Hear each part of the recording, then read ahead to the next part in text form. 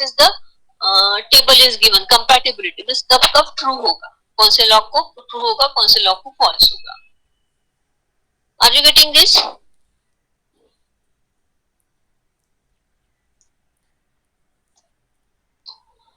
Okay, now the next topic is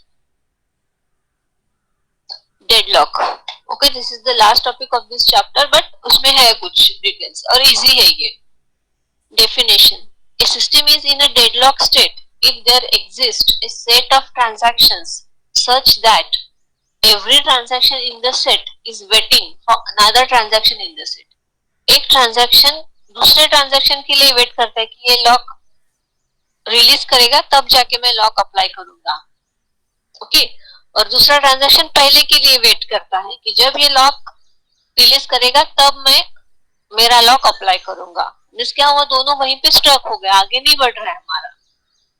okay, for example, अब real life example दे तो जब आप दोनों में किसी में झगड़ा होता है तो आप बोलते हो नहीं वो मैं मुझसे पहले बात करेगा तो ही मैं उससे बात करूंगा, और पहले वाला भी वही बोलता है कि जब अगर वो मुझसे पहले बात करता है तो मैं उससे बात करूंगा, लाइक दैट. तो डेडलॉक हो गया ना, आगे बढ़ेगी नहीं बात.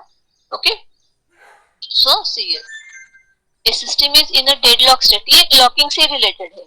ए system is in a deadlock state if there exist a set of transaction such that, सिर्फ दो ही ट्रांजैक्शन है, एक से ज्यादा भी ट्रांजैक्शन है, such that every transaction in the set is waiting for another transaction in the set. सब एक दूसरे के लिए वेट कर रहे हैं. That we will see how.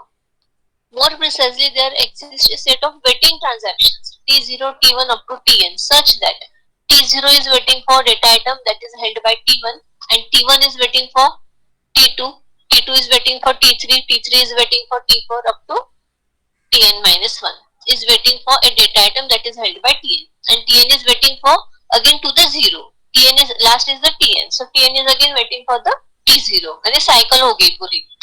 T0 is waiting for T1, T1 is waiting for T2, T2 is waiting for T3 and T3 is again waiting for T0. Okay, the only remedy to this undesirable situation is for the system to invoke some drastic action such as rolling back some of the transactions involved in the deadlock. अब सब एक दूसरे का wait कर रहे हैं तो आगे तो बात बढ़ेगी नहीं, हमारा एग्जीक्यूशन आगे होगा नहीं. तो उसपे सॉल्यूशन क्या है, किसी एक ट्रांजैक्शन को हमको रोल बैक करना पड़ेगा, किसी भी एक ट्रांजैक्शन को, तब जाके वो जो चेन है या जो साइकिल है वो टूट जाएगी और फिर हमारा एग्जीक्यूशन स्टार्ट होगा. किसी एक को तो बात करनी पड़ेगी खुद होके.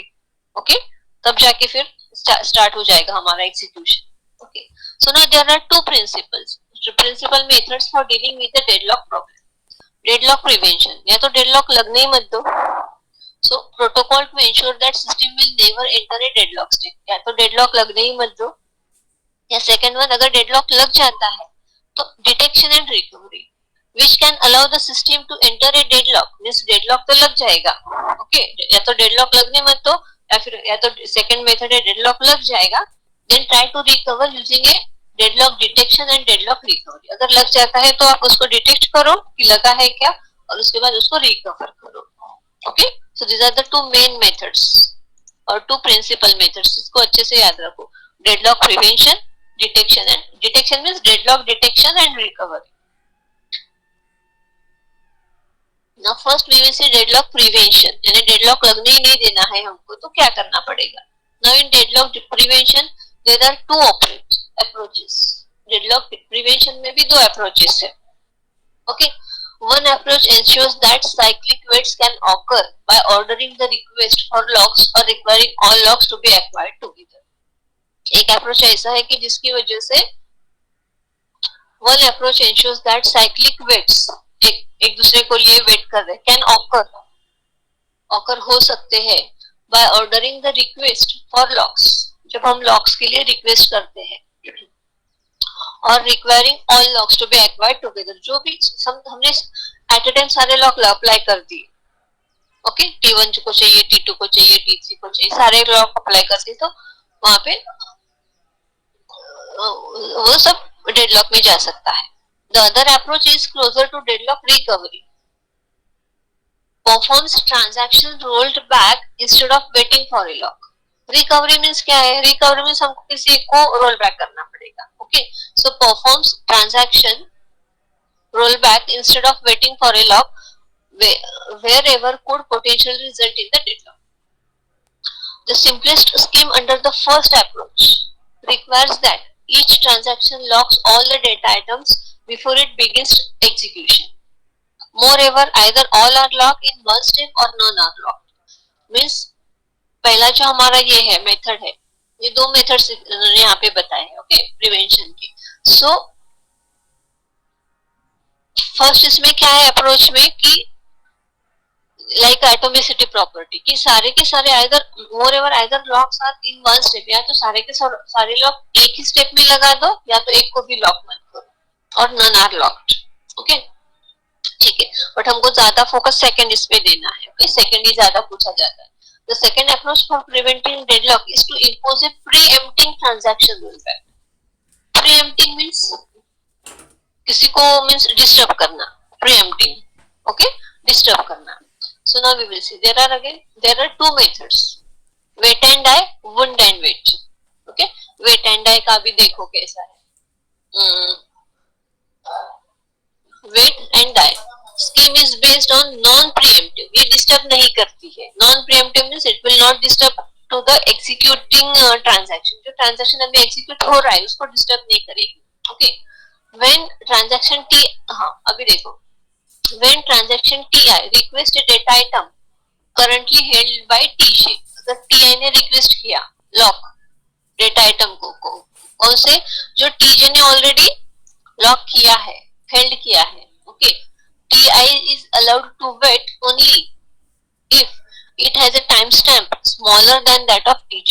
This here यहाँ पे क्या है actually कि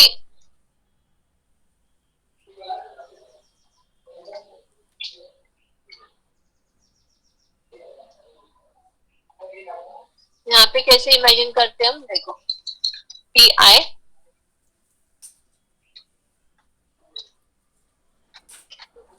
TJ, ओके, और इनका टाइम स्टैम्प है टाइम स्टैम्प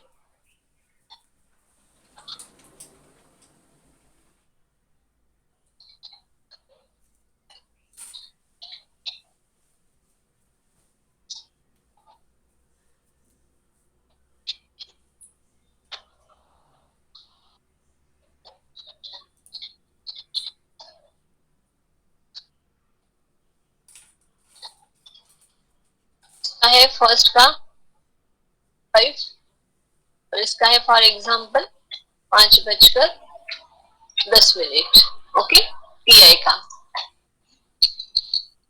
का है 5 और इसका है 5:10 फॉर एग्जांपल. अब टाइम स्टैम्प आपको पता है कि उतने बजे वो स्टार्ट हुआ है. ओके, और टीआई टीजे भी एग्जीक्यूट हो रहा है.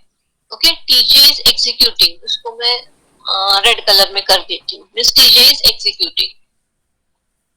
Now TI is allowed to wait only if it has a timestamp smaller than that of TJ. That is TI is older than TJ. Otherwise TI is rolled back. Means TJ is executing. Okay, TJ is executing. TJ execute हो रहा है और TI अगर बोलता है कि मुझे lock चाहिए तो TI को एटलीस्ट, TI क्या हुआ है, TJ के पहले आया है तो TI को एटलीस्ट परमिशन है कि he has to wait, वो वेट करे जब तक TJ का एग्जीक्यूशन कंप्लीट होता है तब तक. Okay, otherwise TI is rolled back. अगर ये TI जो है वो उसके बाद में आया है, अगर माने 5:10 के बाद में अगर वो आता है तो उसको रोल बैक होना पड़ेगा. मीन्स उसको वेट करने की भी परमिशन नहीं मिलेगी. So roll back means dies. Okay, मैं दूसरा भी बताती हूँ, then I will repeat this. The wound and wait scheme is based on preemptive. Preemptive means ये डिस्टर्ब करेगा जो एग्जीक्यूट हो रहा है अभी. Okay, so technique and is a counterpart to the wait and die scheme. When the transaction TI requests a data item currently held by TJ, same ऐसी situation है. Suppose फिर से सेम ऐसी ही सिचुएशन है.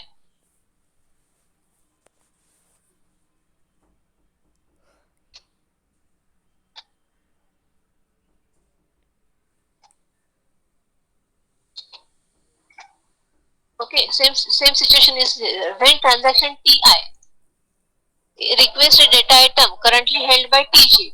Ti is allowed to wait only. Ti को wait करना allowed है only if it has timestamp larger than that of Tj.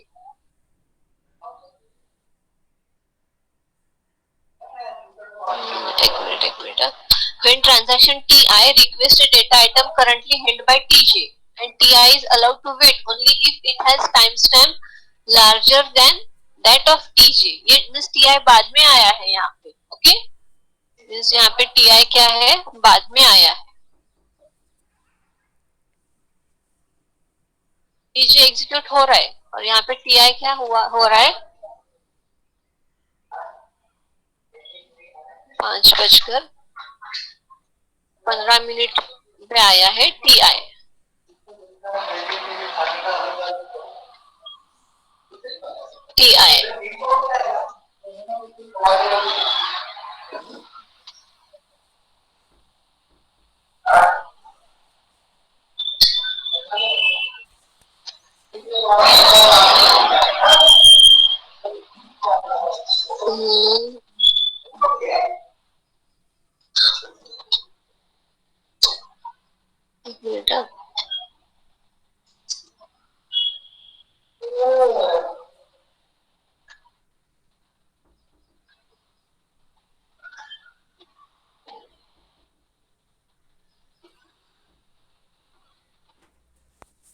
हाँ मीन्स कैसा है यहाँ पे देखो,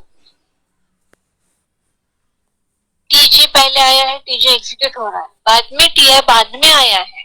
ओके तो टीआई को जो बाद में आया है तो ये चुपचाप वेट करेगा कि भाई इसका एग्जीक्यूशन होने तो बाद में मुझे मिलेगा चांस, क्योंकि बाद में आया है इसकी, ये चुपचाप बैठेगा. लेकिन ये अगर इसके पहले आता हुआ रहेगा, अगर आया हुआ है तो वो क्या करेगा, सीधा टीजे को रोल बैक कर देगा. दैट इज प्रीएम्प्टिव कि मैं पहले आया हूँ, मुझे जब चाहिए तब जब लगेगा, मीन्स जब चाहिए तब मुझे एग्जीक्यूशन लगेगा, लाइक दैट, लाइक दादागिरी. ओके क्योंकि मैं पहले आया हूँ. और अगर ये अगर बाद में आता है तो ये इसको रोल बैक नहीं करेगा, जो एग्जीक्यूट है उसको रोल बैक नहीं करेगा. ही हैज टू वेट, ये वेट करेगा कि भाई इसका कब खत्म होगा एग्जीक्यूशन, बाद में मुझे चांस मिलेगा क्योंकि वो बाद में आया है. गेटिंग? सो इस वजह से आपको याद रखना है कि यहाँ पे एक ही ट्रांजैक्शन के से रिलेटेड ही बताया है कि ओके सो ये उसको ये दो स्टेटमेंट ऐसे वेट एंड आई पहले आता है, यहाँ वुंड एंड वेट पहले आता है. तो ये ध्यान रखो, वेट मीन्स अगर ये इसके पहले आया है, देखो TJ is there, TJ is executing, red में है मींस एग्जीक्यूटिंग, लेकिन टीआई उसके पहले आया है तो टीआई को एटलीस्ट उसकी परमिशन है कि वो पहले आया है तो वो वेट कर सकते हैं कि भाई टीजे का एग्जीक्यूशन कंप्लीट हो जाए, बाद में मैं एग्जीक्यूट करूंगा. लेकिन वो जो बाद में आएगा, अगर कोई ट्रांजैक्शन टी के इमेजिन करो या टी है, अगर बाद में आया हुआ रहेगा तो उसको वेट करने की भी परमिशन ये सीधा रोल बैक हो जाएगा. कौन सा, वो जो टी के बाद में आया है, टी के या टी है, जो भी कोई ट्रांजैक्शन होगा. मीन्स यहाँ पे क्या है, पहले आया है, एग्जीक्यूशन टीजे का हो रहा है, टीआई पहले आया है, इसके लिए उसको एटलीस्ट परमिशन है वेट करने का. वेट मींस पहले आया है तो वेट करने का एटलीस्ट परमिशन है कि इसका एग्जीक्यूशन होने तक ये वेट करेगा और बाद में खुद एग्जीक्यूशन होगा. लेकिन अगर कोई ट्रांजैक्शन है जो टीजे के बाद आया है तो उसको वेट करने की भी परमिशन है, सीधा उसको रोल बैक कर दिया जाएगा. That is called as dies. तो ये आप याद रखो, पहले आया है तो उसको वेट करने की परमिशन है एटलीस्ट, और अगर बाद में आया है तो सीधा रोल बैक हो जाएगा. बट इसको कोई डिस्टर्ब नहीं करेगा, नॉन प्रीएम्प्टिव, इसको कोई डिस्टर्ब नहीं करेगा, या तो वेट करेगा या तो चुपचाप चला जाएगा. ओके एंड प्रीएम्प्टिव मींस जो एग्जीक्यूट हो रहा है उसको डिस्टर्ब करेगा. ओके तो डिस्टर्ब करेगा मींस क्या होगा, अभी सपोज इमेजिन करो पीछे एग्जीक्यूट हो रहा है, ये बाद में आता है, सपोज टीआई ये बाद में आता है तो ये वेट करेगा, बाद में आता है, देखो पहले वोंट है बाद में वेट, ये बाद में आया है टीजे के तो वो चुपचाप वेट करेगा कि हाँ भाई आपका एग्जीक्यूशन होने दो, बाद में मैं एग्जीक्यूशन करूंगा. लेकिन अगर कोई ट्रांजैक्शन है जो इसके पहले आया है तो वो क्या करेगा, वो सीधा टीजे को ये कर देगा, रोल बैक कर देगा कि मैं पहले आया हूँ, मुझे एग्जीक्यूशन चाहिए, उसको सीधा रोल बैक कर देगा. That's why it is called as preemptive. Okay so इसको आप अच्छे से याद रखो। इसकी इसकी इसी हिसाब से ध्यान, अगर इसका ये एग्जीक्यूट हो रहा है, प्रीवियस पहले जो आएगा वो वेट करने की परमिशन है एटलीस्ट उसको, और अगर बाद में जो आता है वो सीधा रोल बैक हो जाएगा एंड डाई हो जाएगा। यहाँ पे देखो वुंड एंड वेट, ये एग्जीक्यूट हो रहा है, बाद में वाला जो आता है वो चुपचाप वेट करता है, ठीक है, बट प्रीवियस वाला कोई आएगा, प्रीवियस वाला कोई ट्रांजेक्शन होगा तो वो सीधा इसको रोल बैक कर देगा। रेडी? सो इसके इसी हिसाब से उस लॉजिक से आप इसको याद रखो। Now this second one is the deadlock detection and recovery. अब डेडलॉक डिटेक्ट कैसे करेंगे और उसको रिकवर कैसे करेंगे। Okay, so an algorithm that examines the state of the system is invoked periodically to determine whether a deadlock has occurred.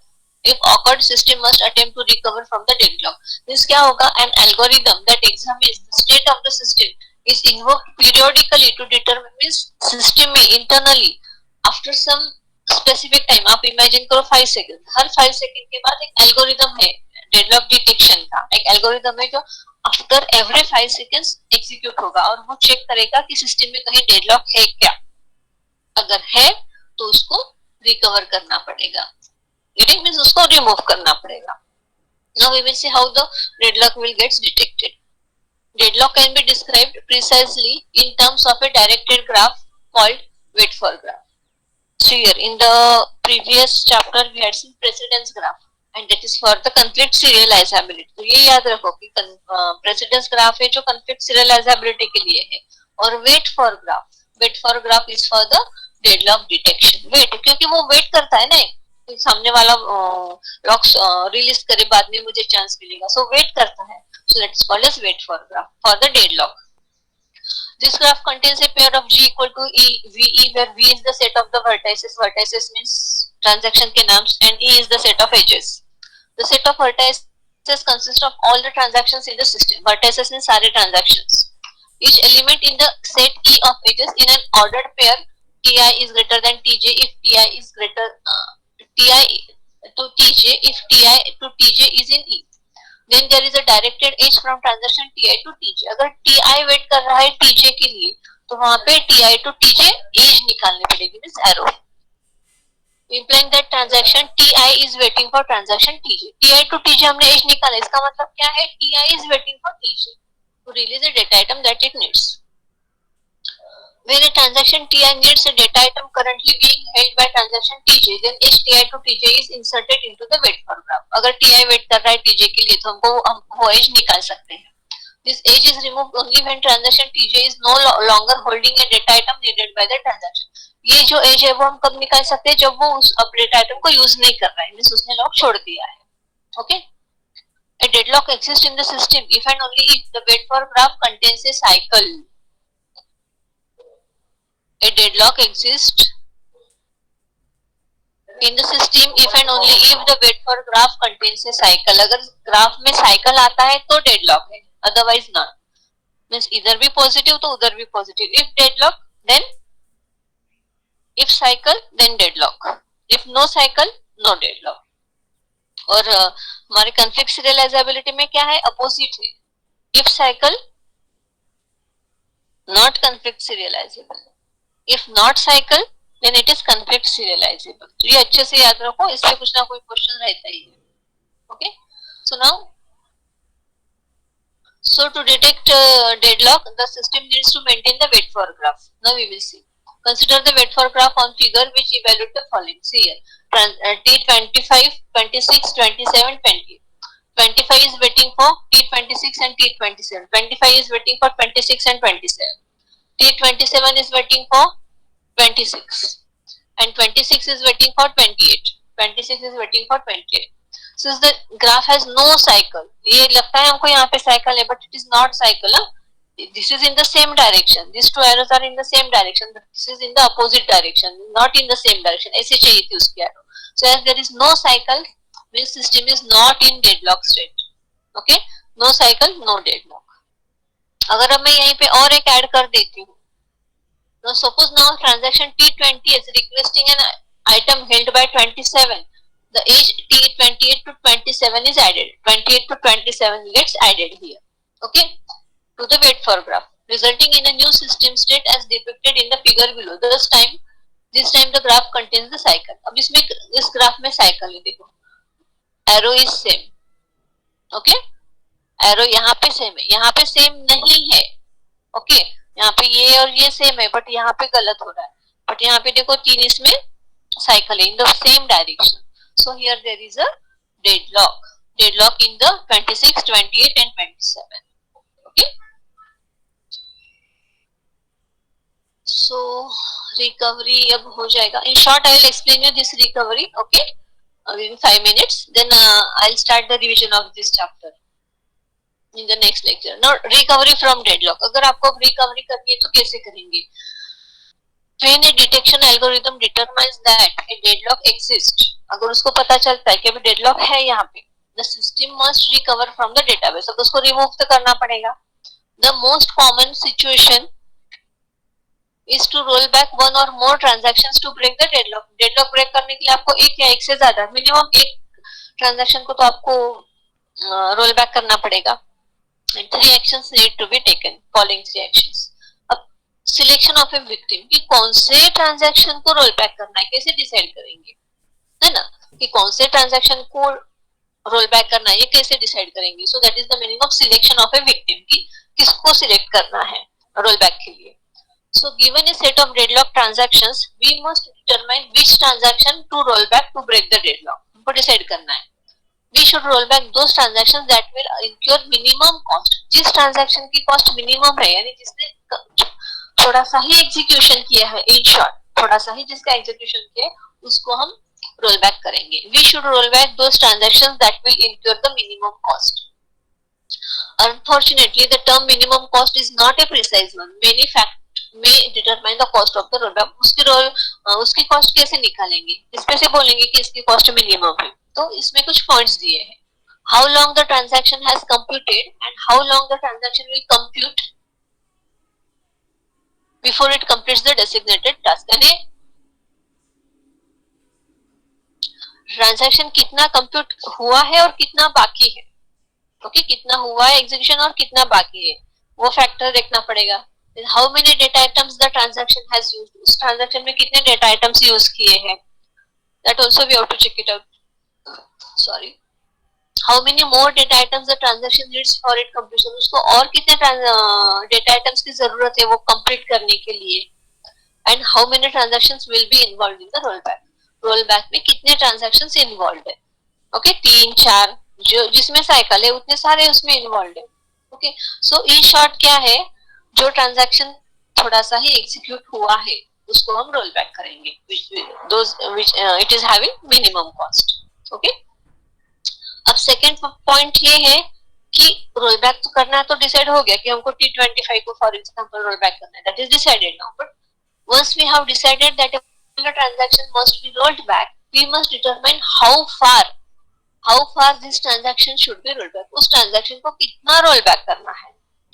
The simple solution is a total rollback. या तो उस transaction को पूरा रोल बैक कर सकते हो आप, या तो फिर about the transaction उसको पूरा रोल बैक कर दो about the transaction and then restart it. However, it is more effective to roll back the transaction or as per the necessary to break the deadlock. या तो उस transaction को partially नहीं थोड़ा सा ही रोल बैक करो जिसकी वजह से उसका डेडलॉक ब्रेक हो जाएगा, उसी स्टेप तक उसको रोल बैक करो. Okay that is called as partially. या तो पूरा रोल बैक करो या तो थोड़ा सा या पार्शियली रोल बैक करो जिसकी वजह से वो डेडलॉक उसका ब्रेक हो जाएगा. But this method requires system to maintain additional information about the state of the running transaction. तो लेकिन ये जो अगर पार्शियल करना है आपको उसके लिए आपको बहुत सारी इंफॉर्मेशन फिर रखनी पड़ेगी. ओके सो इससे अच्छा हम पूरा ही टोटल रोल बैक कर देते हैं, then it's easy. Now starvation, third point is starvation.